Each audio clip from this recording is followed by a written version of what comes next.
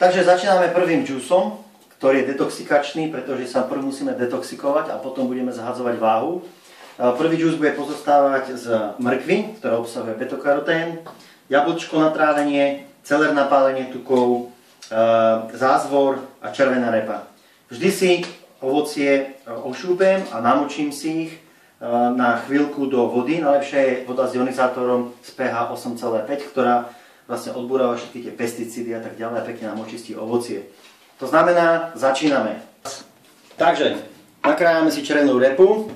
Je veľmi dôležité, aby to ovocie a zelenina bola nakrájená čerstvo, pretože stráca ako energiu, tak aj iné hodnoty. Ale o tom si porozprávame niekedy na budúce. Všetko nakrájame. Keď máme pekne nakrájané, ideme na to. Takže, začíname. Je to zapnuté. Najlepší džuser je tzv. Šnekový, lisovací, pretože ten nám lisuje zeleninu a ovocie.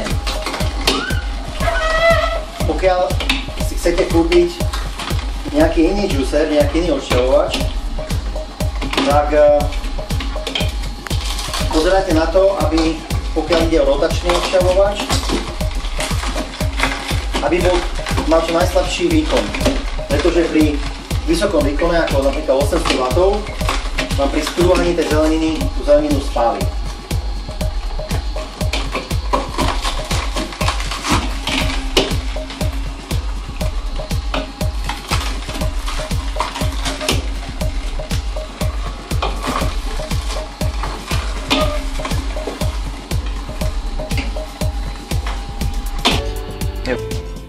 Skončili sme, dáme si preč penu,